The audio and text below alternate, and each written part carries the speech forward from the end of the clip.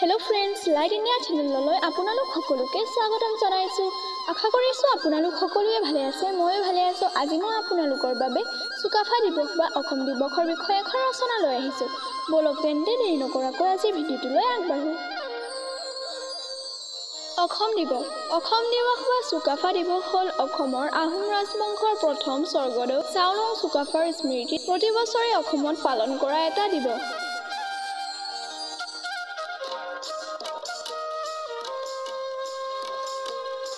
স্বৰ্গদেউ চাওলুং চুকাফা আছিল অসমত আহোম সাম্ৰাজ্যৰ প্ৰতিষ্ঠাতা আৰু বৰ অসমৰ ভেটি গঢ়োতা।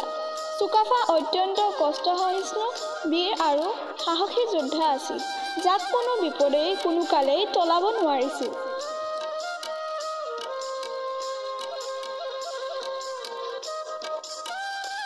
চুকাফাই নিজ ৰাজ্য পৰিত্যাগ কৰি নিজৰ ভাগ্যক দিহাই অসম মুলুকত প্ৰৱেশ কৰিছিল আৰু চুকাফাৰ অসমত প্ৰৱেশে অসম বুৰঞ্জীৰ ধাৰাই সলাই পেলাইছিল।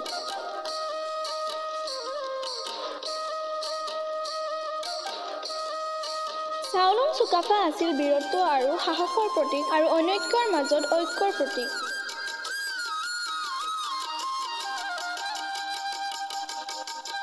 চুকাফাৰ পিতৃ আছিল মুংখুমুংজাও ৰাজ্যৰ ৰজা চাওচাংনিউ আৰু মাতৃৰ নাম আছিল ব্লক খামচেন।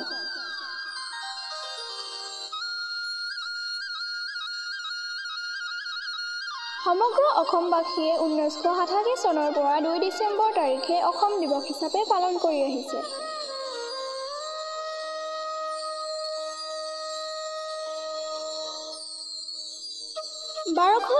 চনৰ 2 ডিচেম্বৰ তাৰিখে চাওলুং চুকাফাই পাটকাই পৰ্বত পাৰ হৈ সৌমাৰ খণ্ডত ভৰি থোৱা ঐতিহাসিক দিনটোক স্মৰণীয় কৰি ৰখাৰ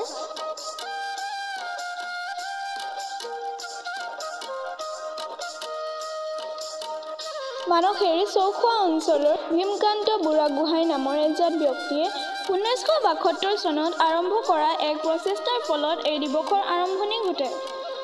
আজি এই ভিডিঅ'টো চাই কেনে পালে কমেণ্টত জনাব আৰু যদি ভাল পালে তেন্তে প্লিজ লাইক, শ্বেয়াৰ আৰু ছাবস্ক্ৰাইব কৰিব। আজিৰ কাৰণে ইমানেই, আকৌ নেক্সট ভিডিঅ'ত লগ পাম। বাই।